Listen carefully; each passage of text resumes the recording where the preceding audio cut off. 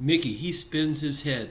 It spins like his body used to spin 50 plus years ago, arms spread wide, head tilted all the way back, his tongue hanging out so he doesn't swallow it. His feet doing that chippy choppy happy prance and pirouette in and around the green, green grass of home.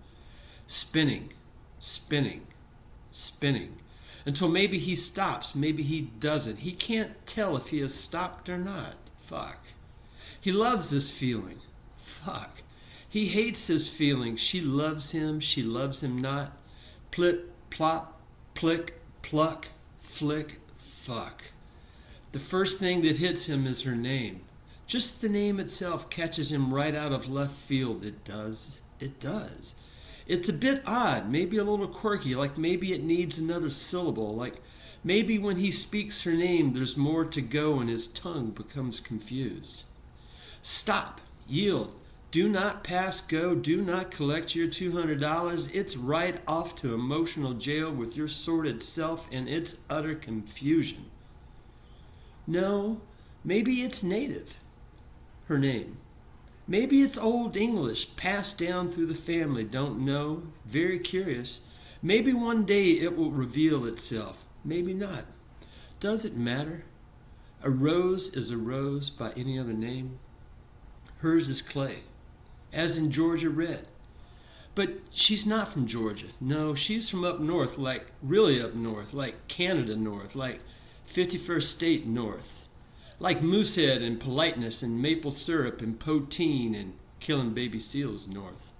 And Mickey, he's in lust, he's infatuated. He's spinning a little. Maybe it's that accent, maybe it's her outlook, maybe it's her aggro-tude when she drives flipping birds with those little hands. Maybe she's just too damn perky, too damn positive. Maybe she just makes him smile a little too much. A smile, not a grin.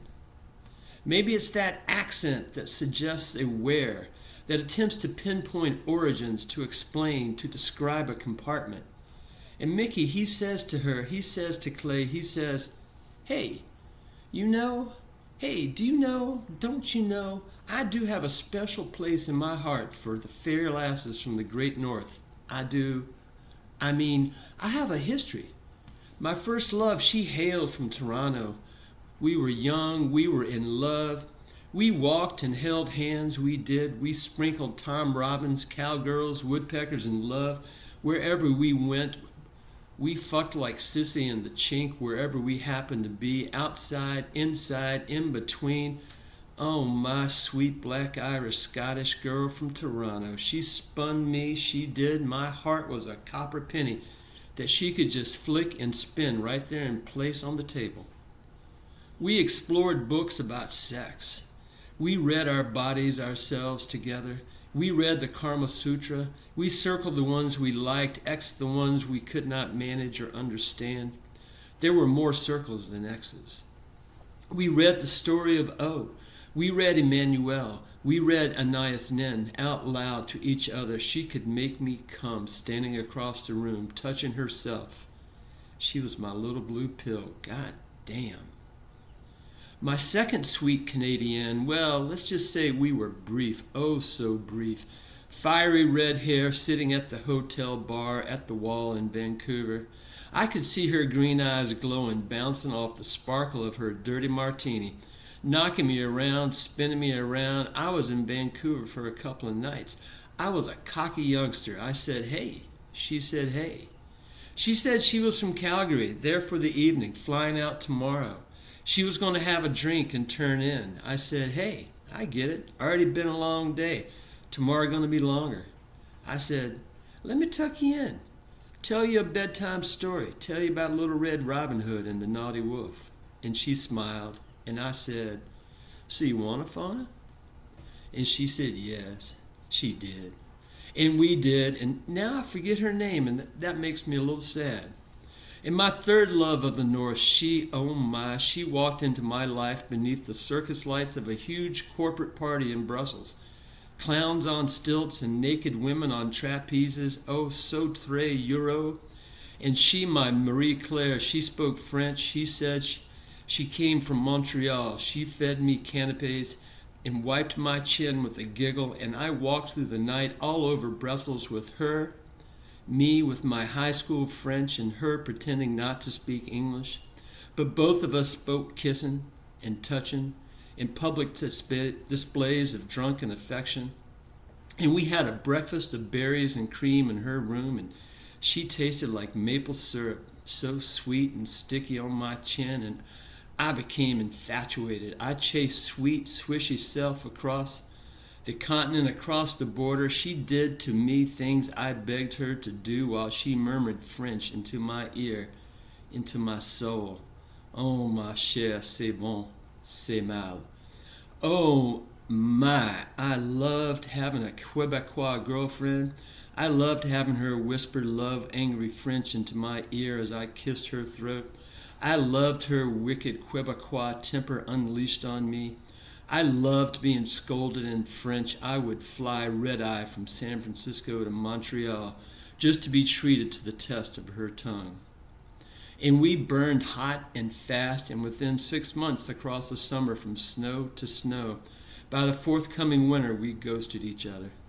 And Clay, Mickey says he does. He says, Clay, I love them all, and I still do. I do. And Mickey, he says, so maybe, who knows? Jah knows. The tea leaves, they know. The old gypsy lady down in Columbus, she knows. Serendipity, she knows. Probably everyone knows, but Mickey, he don't know. His wheels barely touching ground. Fuck, he ain't often had them wheels too heavy on the ground to begin with. And then, these city lights through the window, her window, Clay's window, casting her shadow, casting his shadow, the touch electric. Like shuffling feet across the carpet, fingertip to fingertip, that static arc, that zzzt, lips to lips, lips to lobe, lips to throat, hand to throat, touch her there, touch her here. The lights of the city coming in through the window, his shadow fucking hers while they are still clothed in the light. A haunting music swirling all around. She says, Clay, she says, yes, they're a rare listen for me. And Mickey, he says, they just are. There's a world of yes and no, and sometimes they just forget to include the maybe. Where's the maybe? Where's the G? Dunno. Where are the scruffy edges of indecision? Where some may and do find comfort.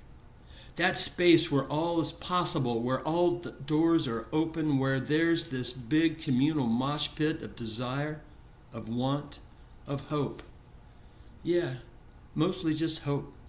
Love is so analog, subject to all the noise, all the static, all the interference from life's little tough mutter. Lust, though. Lust is digital. It's so fucking binary. It either is or it ain't. And Clay, she says to Mickey, Clay, she says looking up at him, she's just wearing that waifish sweater, touching him, touching Mickey, her two small hands on his chest, she wearing that waifish sweater, all of a sudden all very serious, looking up all small and serious like the flying fucking nun, wearing nothing else but the sweater, Clay. She says, hey, you know, just so you know, this it we got going on, it's an is. And Mickey, he says, looking down to her, onto her cute self, her half-naked, vixenish self, Mickey, he's spinning her two hands on his chest, holding him down on earth. Mickey, he says, yeah, I know. But he doesn't know. He really doesn't know. He's stepping along that fuzzy edge of indecision that makes the dance so difficult. He wants to know. He dips his toe off the edge, searching for that next step, can't find it. Ain't nothing of substance. Mickey, he smiles. It's nice, this it. It's very fiery, sizzling nice. It's goddamn heart-pumping, sweat-dripping, better change the sheets nice. He says, Mickey, he says, yeah, I do know, but this static. Clay, she says, yeah, that's a rare listen for me. While their shadows fuck on the floor, lips to labia, lips to cock, the binary of yes and no forgotten, and all that.